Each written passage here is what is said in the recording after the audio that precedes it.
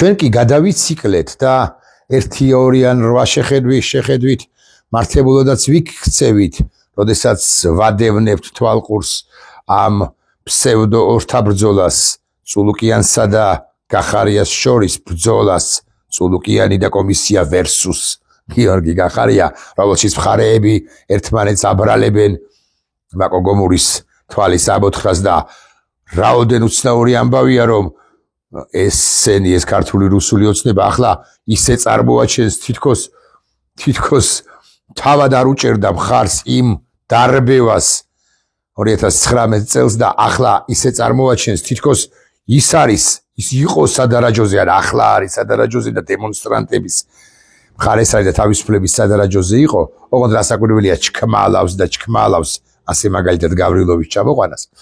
ვადევნებთ ამას თვალყურს სწორეს და მართებულადაც ვიქცევით, აბა რა, საინტერესო თემა, ჩვენი რეაქცია გვაქვს, მეც ჩემი რეაქცია მქონდა ამ 2 საათის წინ ვიდეობლოგი შემოგთავაზეთ, ვფიქრობ საინტერესო შესაძლოა არც თქვენი გადასაწყვეტია. მაგრამ ამასობაში პარალელურად ხდება და გაცილებით მნიშვნელოვანი მოვლენები ამბები მსოფლიოში, რომლებიც უკავშირდება შეერთებული შტატებისა და ჩინეთის ტარიფების ომს, შეერთებული შტატების წარმომადგენელმა მაგალითად ვიტკოფმა განაცხადა ის, რომ სრული მშვიდობა ან მესმისო მშვიდობა რომ დამყარდეს, არა უკაცრავად პუტინსაც ესმის და პრინციპში სწორიაო, ესეთი აქცენტია რომ დამყარდეს ახლა უკრაინამ 4 რეგიონი ყირიმს აღარც განიხილავენ, 4 რეგიონი სრულად უნდა დაუთმოს რუსეთსო, რაზეც უკრაინელები ბუნებრივია უკაცრავად სიტყვისთვის გადაფსიხდებიან, კიდევ ერთხელ უკაცრავად სიტყვისთვის გაჭედავენ, ანუ ლიტერატურულად რომ თქვა, ჩამოვაყალიბო, რასაკვირველია ამაზე ყაბულ არ იქნებიან, ეს ყველაფერი ვიცით ჩვენ, ეს გაცილებით საინტერესო ამბებია ჩემი აზრით, ვიდრე ეს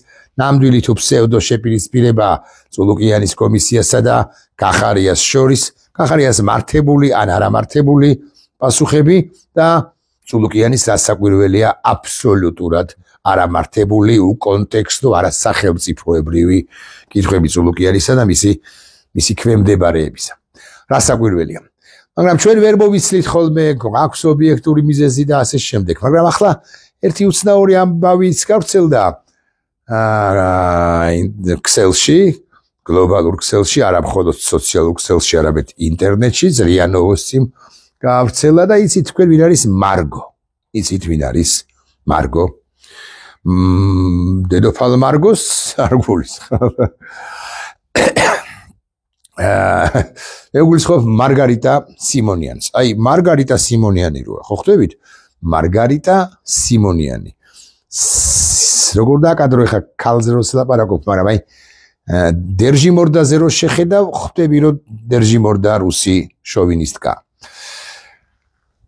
ერთ-ერთი სერიოზული თუ თავარი არა პროპაგანდისტი, პუტინისტკა, ქალი, რომელიც რუსეთის ძლევამოსილებაზე ლაპარაკობდა და ლაპარაკობს და ილაპარაკებს, რუსეთის სამსახურში იყო არის და იქნება, რომელიც აპრავებს ან ცდილობს გააправოს ყველაზე უფრო გაუправებელიც კი ქალი, რომელიც დღენიადაგ დაკავებულია მხოლოდ იმით, რომ აქოს და ადიდოს პრეზიდენტი პუტინი, შლეგი ლიდერი და რუსეთის ნებისმიერი ყველაზე უფრო ცუდი ქმედებას აქციელიც კი გააправოს როგორც საერთაშორისო ასპარეზზე შეძლების დაგვარად, ისე უშუალოდ რუსულ ბაზარზე, რუსულ ენოვან სივრცეში, მოდი ასე ვთქვათ.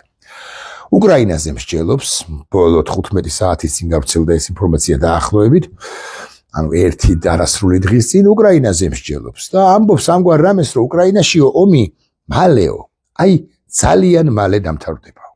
2025 წელსო გარწმუნებთ, რომ უკრაინაში ომი დამთავრდებაო, იქ აღარ ახსენებს, რატო დამთავრდება, როგორ დამთავრდება, ცხადია იგულისხმება რუსეთის სასარგებლოდ, მაგრამ აი მექანიზმით როგორ დამთავრდება, ამაზე კი ორ სიტყვასაც არ ამბობს, ორ სიტყვასაც კი არ ასველებს და მე უცებ ამბობს ამგვარ რამეს, რომ უკრაინა მიბობღდება დედა რუსეთთან. მაგრამ ვიდრე ამ წინანადებას სიტყვის ეხლა მეც რომ არ შემეშალოს და ზუსტად რომ ჩამოვაყალიბო, ვიდრე ამას სიტყვის, მანამდე ჰოი საკვირო საოცრებავ და ახსენებს საქართველოს. აი საქართველო როგორც მიბობღდა რუსეთთან, ზუსტად ისე მიბობღდება უკრაინაც. და აქ უკვე სიმართლესა და ტყუილს, უფრო ზუსტად ყველაფერი ტყუილია, მაგრამ აი ამ ტყუილებსაც კი ერთმანეთში დღვებს, ერთმანეთში ურევს, ერთმანეთთან ამძაფრებს რამდენიმე ისტორიულ ამბავს ისიც ყალბად და არასწორად ერთმანეთთან აკავშირებს. სრულიად უკონტექსტოდ შემოვაყავს თუ შემოვაქვს სხვა თემაც, აი ამ აჯაფსანდალს გვთავაზობს კერძად, როგორც დაასახებს, როგორც სიმართლეს, რასაც სასაკვირველია დაიჯერებს გაუცნობიერებელი მკითხველი რუსი და შესაძლოა დაიჯეროს გაუცნობიერებელმა მკითხველმა ქართველმაც კი. ნახეთ, ვკითხულობ. თუ არ მოხდა რამ სრულიად გაუთვალისწინებელი, მარგო სიმონიანი ამბობს, მაშინ ღვთის შეწევნით წელს დასრულდება უკრაინის კონფლიქტი, რომელიც ახლა მიმდინარეობს და ჩვენ კიდევ ერთხელ ვიხილავთ ახალი მეფე ერეკლეები 1798 წელს გარდაიცვალა მეფე ერეკლე. როგორ მიბობღდებიან მუხლებზე დაჩოქილნი და როგორ სთხოვენ დედა რუსეთს, რომ ისინი დააბრუნონ სახლში. ცხადია უკრაინაზე ლაპარაკობს, მაგრამ აი ქართველების, ან საქართველოს, ან კახეთის გარევა, ან მეფე ერეკლეს გარევა რაღაც საჭირო იყო. საქმე ის არის, რომ ქალბატონი სიმონიანი, ეს პროპაგანდისტი, უკვე შემდგომ აბსურდის მტკიცებას იწყებს. უცნაურეს წინააღმდეგ. ბრიტანეთმა არა მხოლოდ მხარი დაუჭირა თბილისში 1795 წელს მომხდარ ცინიკურ და უმძიმეს ხოცვა-ჟლეტვას. 1795 წელს მოხდა კრწანისის ომი. თუ მაინც და მაინც ამაზე საუბრობს, მე მგონი ამაზე საუბრობს, მაგრამ მაინც. როდესაც თითქმის მთელი მოსახლეობა განადგურდა, არამედ იარაღით ამარაგებდა, ავარჯიშებდა და ხელფასებს უხდიდა სპარსელ სამხედროებს. აჰმად ხანსო, ბრიტანეთიო, უხდიდაო ხელფასს. როდესაც 1795 წელს მე-18 საუკუნე ვაგრძელებ. მე-18 საუკუნის ბოლოს თბილისში მოხდა ასეთი საშინელი ხოცვა-ჟლეტვა, ხლა მე თან სულ მინდა რომ გავიხსენო, აი სულ მინდა რომ საკუთარი თავის მიმართ ვიყო კრიტიკული, რას გულისხმობს გან, აი პირველად კითხულობ თქვა, მე გიწაკითხული მაქვს, მაგრამ მაინც მე კი გაირკვევა რაზეც მიგვანიშნებს, მაგრამ აი რო კითხულობ პირველად, ხო, მე ხვდები რომ შეიძლება არ იცი ისტორია კარგად. და იცი. შეძლებს დაგვარანდით. მოხდა ასეთი საშინელი ხოცვა-ჟლეტვა, სადაც თითქმის მთელი მოსახლეობა ცინიკურად უმძიმესად გაანადგურეს, ანუ საქართველოს თბილისში. ვინ უჭერდა მხარს იმ დროს მათ, ვინც თბილისში ქართველებს ხოცავდა და ყელს ჭრიდა? გამძაფრება აუცილებელია აქ. ვინ უჭერდა მხარს? იმეორებს ამ კითხვას. ბრიტანეთი უჭერდა, ანუ მკვლელებს.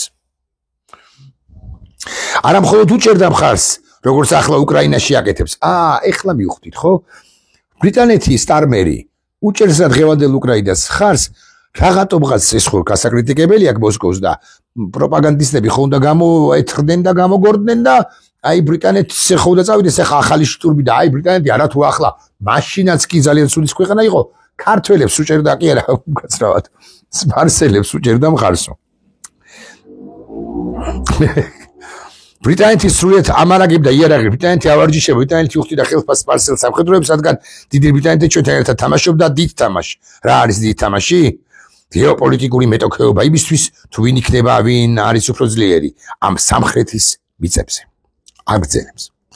ქრისტიანებს აიძულებდნენ ხიდზე გადასვლას, ანუ 1795 წელს ჩვენთან რომ მართლაკრძანისის ომი მოხდა, ბრძოლა მოხდა. აი აქ უკვე რაღაც ავირიეთ და ამბობს შემდეგ რამის. ქრისტიანებს აიძულებდნენ ხიდზე გადასვლას და ღვთისმშობლის ხატისთვის დაბიჯებას, ხოლო მათ ვინც უარს ამბობდა, არაადამიანურად სჯიდნენ. აგზელებს, როდესაც 2000 მოლოცველი დილის ლოცვის დროს ერთმანეთის მიყოლებით პირდაპირ ლოცვის დროს სულის ქვეშ მიხავდა ჯალათებთან და თავებს კვეთდნენ, ამის შემდეგ მეფე ერეკლე მუხრებზე დაჩოქილი ითხოვდა, რომ დედა რუსეს ის თავისთან მიეღო. ეხლა რა საკვირველია ეს მეფე ერეკლესთან კავშირში არ არის? ეს არის კავშირში ეს ამბავი და 2000 რასაკვირველია 50 ჯერ ზუსტად შემცირებული რიცხვია თუ მაინც და მაინც ვიჯერებთ იმ ამბავს 1226 წლის ამბავს, როდესაც ჯალალედინმა თბილისში როგორც გავრცელებული არის ლეგენდად გავბედავდა ასე ვიტყვი 100,000 ქართველს მოჰკვეთა თავი იმის გამო რომ მათ უარი თქვეს ღვთისმშობლის ხატის გადაბიჯებაზე მეტეხის ხიდთან.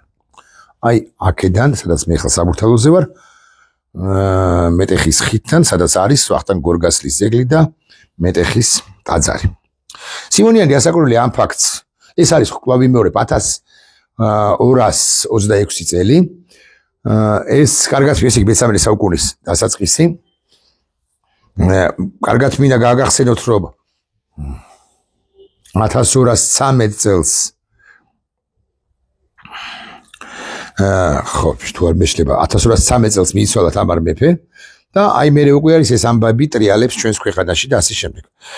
რასაკვირველია ამ ყველაფერს უკავშირებს და ეს ყველაფერი კავშირშია იმასთანაც რომ სიმონიანი არის იმ ნარატივის ერთ-ერთი დამწყები და გამავრცელებელი რომ საქართველოს და რუსეთმა უნდა გააფორმონ გეორგიევსკის ახალი ტრაქტატი რომელიც სხვათა შორის უნდა ითვალისწინებდეს კოლექტიურ თავდაცვას. უფრო ზუსტი რო ვიყო ბევრმა გამაკრიტიკა იმის გამო რომ რატომ იგონებ რომ ქართველ ჯარისკაცებს ახალგაზრდებს წაასხამენ ასე მაგალითად უკრაინის ომშიო მე ამას არ ვიგონებ იმ ხელშეკრულებაში რომელიც უნდა გაფორმდეს რუსეთის წარმოდგენით და აქაური რუსების ძალისხმევით ბიზნეს და მისი კამანდის ძალისხმევით საქართველოსსა და რუსეთს შორის აუცილებლად ჩაწერილი იქნება შემდეგი მუხლი რომ პრობლემების ან თავდასხმის უსაფრთხოების დარღვევის შემთხვევაში რუსეთი ვალდებულია დაიცვას საქართველოს ზუსტად ისე როგორც ეს იყო ჩაწერილი 1793 წელს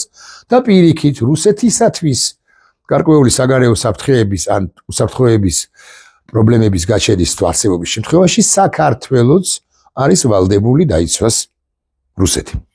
რუსეთს სასიცოცხლოდ სჭირდება ამგვარი ხელშეკრულების გაფორმება ზოგადად და ამგვარ ხელშეკრულებაში ამგვარი მუხლის ჩაწერა მათ შორის იმიტომაც რაც თქვი წინა ვიდეო ბლოგში რომ რუსეთმა დაამტკიცოს ჭყალებში ასაკვირველია რომ საქართველოსთან მეომრები რომლებიც ახლა იბრძვიან უკრაინაში უკრაინის მხარეს ქართული ლეგიონი დავარქვათ ამათ თუმცა მხოლოდ ქართული ლეგიონი არ იბრძვის დაახლოებით 3000 ჯარისკაცი იბრძვის აქვე განგიმარტავთ არ არის ისინი არ წარმოადგენენ საქართველოს და გაცილებით მეტი იბრძვის რუსეთის მხარეს ქართველი ვიდრე უკრაინის მხარეს ასევე ქართველი ხოლო ეს ქართველები ქართული ლეგიონი და არა მხოლოდ დაახლოებით 3000 ჯარისკაცი არიან თეა წულუკიანის და ბიზინა ივანიშვილის მიერ სამშობლოს მოღალატედ შერაცხული მიხეილ სააკაშვილის წარმომადგენლები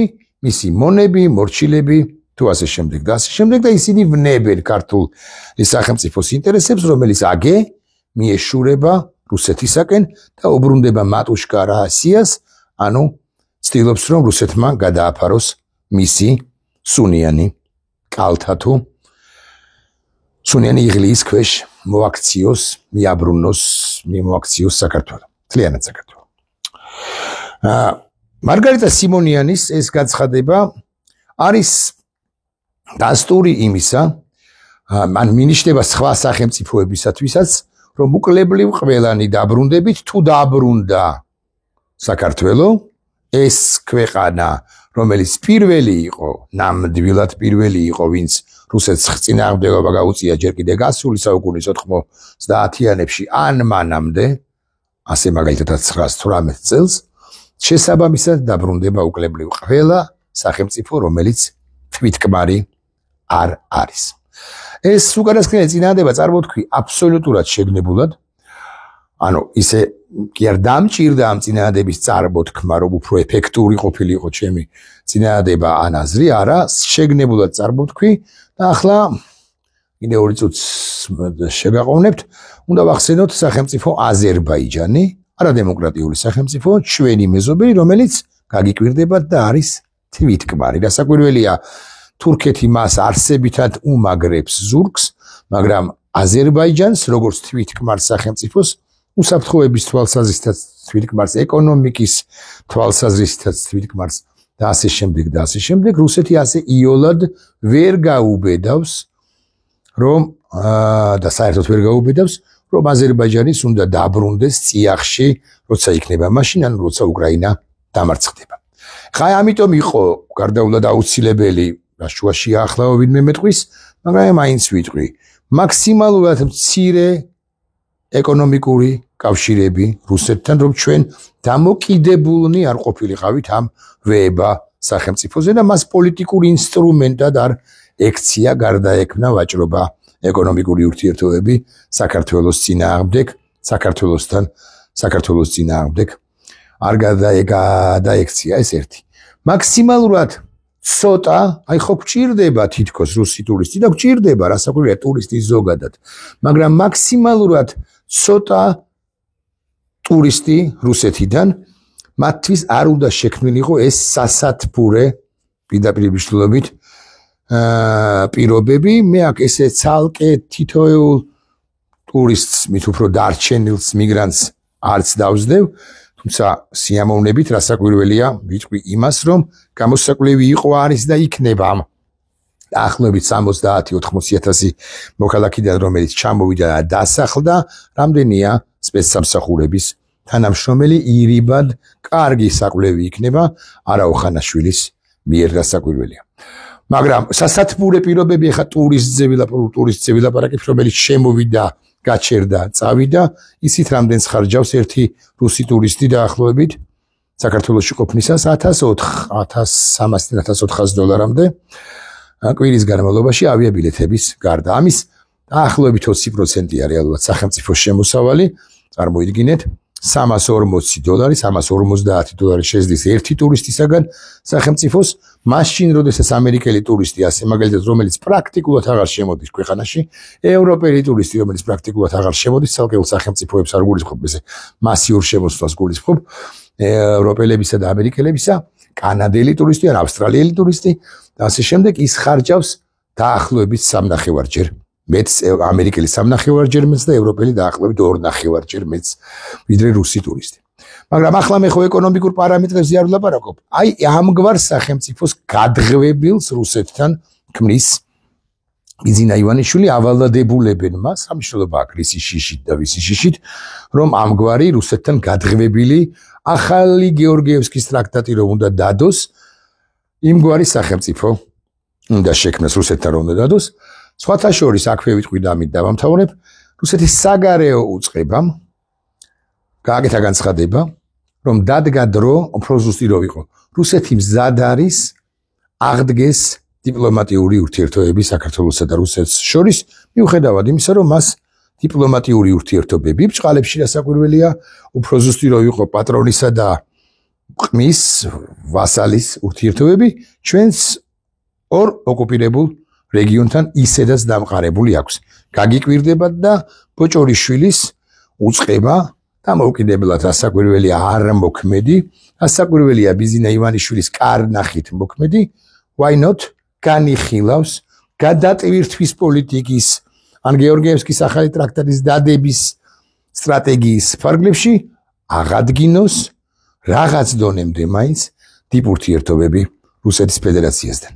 ამოიწუროს ბარემღა 20 წუთი, მე კი ასე დავამთავრებ ბოლო 38 წამს აი ამ წინადადებებს, ამგვარი შინაარსის წინადადებებს წარმოთქვამთ. დიახ, ჩვენ ჩავიციკლეთ წულუკიანისა და გახარიას ორთაბრძოლაზე, ჩავიციკლეთ სასეირო ამბავიც არის იმგვარ იმდენ სისულელეს ეკითხებიან ამ გახარიას და იმგვარად პასუხობს ეს გახარია, რომ გაგიკვირდება კაც და ხო სასეირო ამბავი არის და ხო ჩვენს ვუყურებთ, მაგრამ გაცილებით მნიშვნელოვანი ამბები ხდება და მე მოგიწოდებთ მეთქი ხმამაღლა თქვამია მაგრამ ადეკვატად მაინც მოგიწოდებთ რომ გამორთეთ ტელევიზორი და გაცილებით მნიშვნელოვანი ამბები წაიკითხეთ აი მარგარიტა სიმონიანი რო ვახსენე მასზე მის აზრებზე გაცილებით მნიშვნელოვანი ამბები წაიკითხეთ რომლებიც ქსელშია გავრცელებული და მეტი არც არაფერი ნახვამდის